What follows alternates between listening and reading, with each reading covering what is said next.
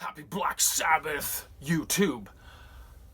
Leafs back to back home to the New York Rangers after playing in New Jersey on Friday night and getting that crazy win.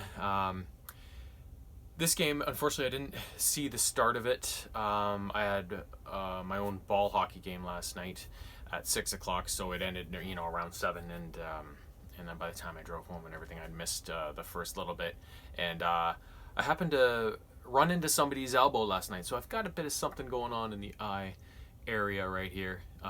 It didn't feel that bad, but then when I woke up this morning, I was like, oh, there's a mark there, and wait a minute, oh, this is starting to get all purple and shit. So but it was completely incidental, and it didn't really hurt, so it's a nice little war wound from my ball hockey league. So I did switch to the radio on the drive home, and by the time I tuned in, it was already 1-1.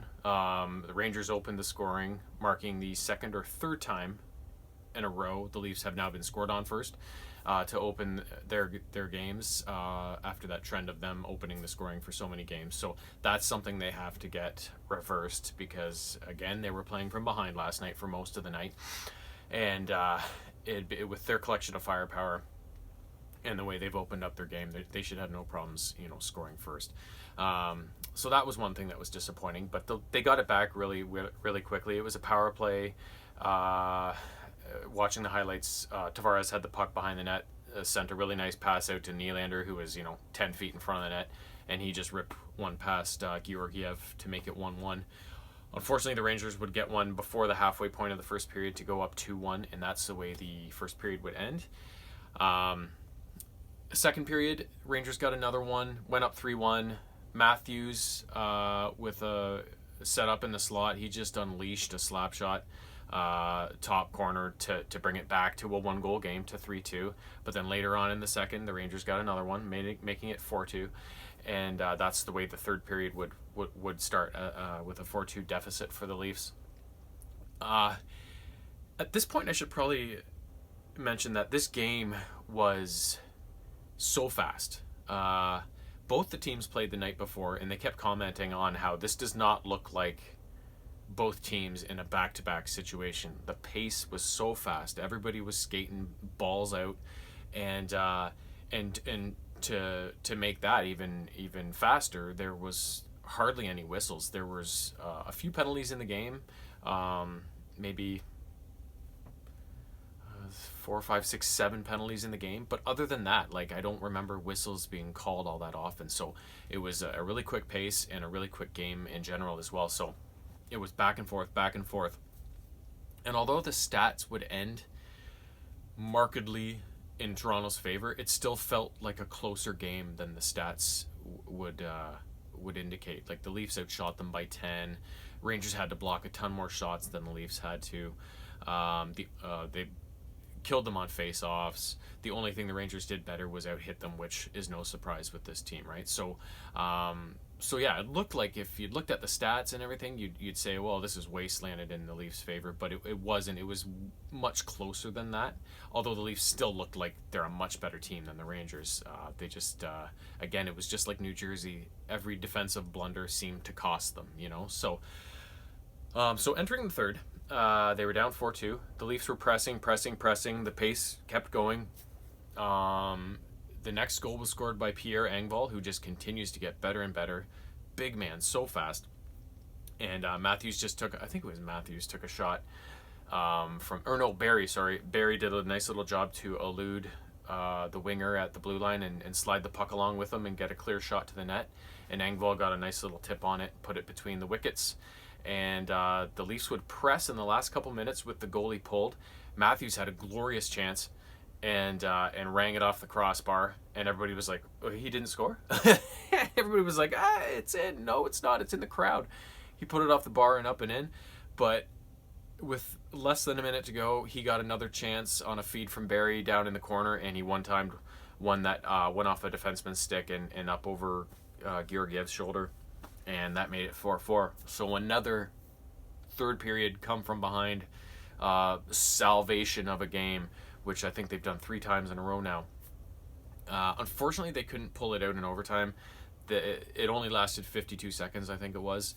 And they got a couple of really good chances off the outset, but a pinch by Marner, who was covering for somebody on D, spraying the Rangers on a 2-on-1, and Bob's your uncle. They scored, and the Leafs lose 5-4 in overtime. But they're still playing well. They just with this style, the defensive giveaways and 2-on-1s and all that stuff are going to happen. They just got to find a way to minimize that. And if they can do that, they're going to have no problem, outscoring teams the rest of the way for the most part, and hopefully sneaking into the playoffs. The record already after Keefe has taken over is looks way better than it was before. The other things I wanted to comment on was Mikheyev. I still haven't heard exactly how bad the cut is, but he obviously wasn't in last night. And the other guy that wasn't in was Jake Muzzin. So I didn't notice anything happen to him in New Jersey, so I'm not sure what's happened to him, but they made it sound like it was an injury. I didn't really hear them say anything about it either. So Marinson had drawn in on defense for Muzzin. And then on forward, Adam Brooks must have been called up from the Marlies, and he was the guy who came in for Mikheyev. I thought it was going to be one of the regulars like Patan or something like that, but they chose to go with him. And he didn't get a lot of shifts, but when he did, he looked pretty spunky. He did a good job. I thought he played a good game for, coming in your first game in Toronto against the Rangers on a Saturday night, and probably being pretty nervous and pretty pumped at the same time. So I thought, everybody played a pretty strong game other than those turnovers. What I really like too is they're giving the defensemen green lights like no matter what.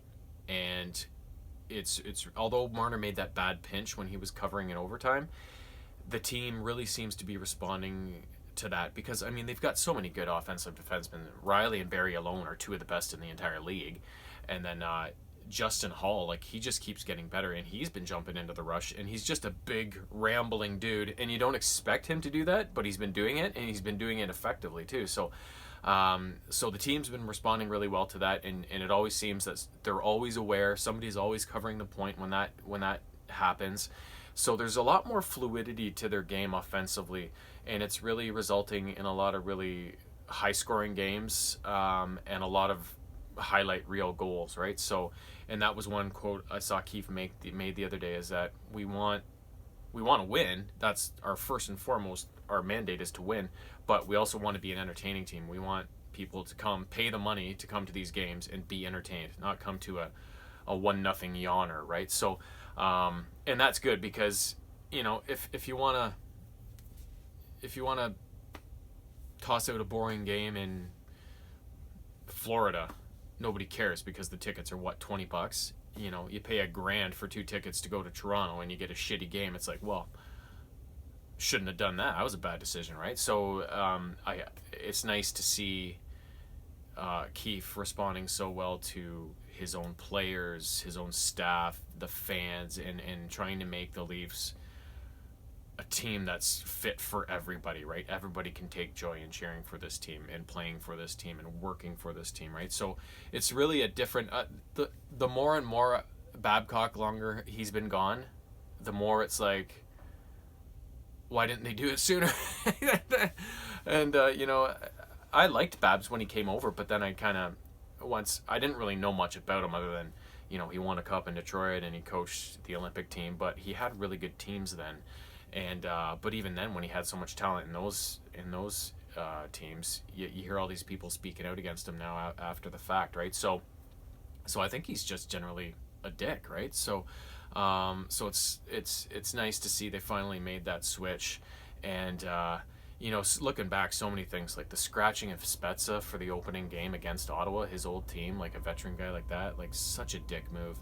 And look at what Keefe's done with putting Matthews and Marner together, as well as jigging the other lines, and they don't really seem to have any set lines anymore. It's kind of like he's getting a whole bunch of guys used to playing with a whole bunch of other guys, and you know what? For me, that's a good thing to have. It's nice to have. It's not good to have these 3 guys, these 3 guys, these 3 guys, and these 3 guys all used to playing with only each other, because then what happens if a couple of guys get hurt?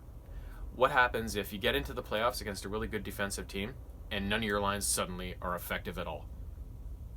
Oh, you can just throw this combination out there and they're fine because they've played together. Everybody knows each other, and maybe that little change will create a spark and do something different, right?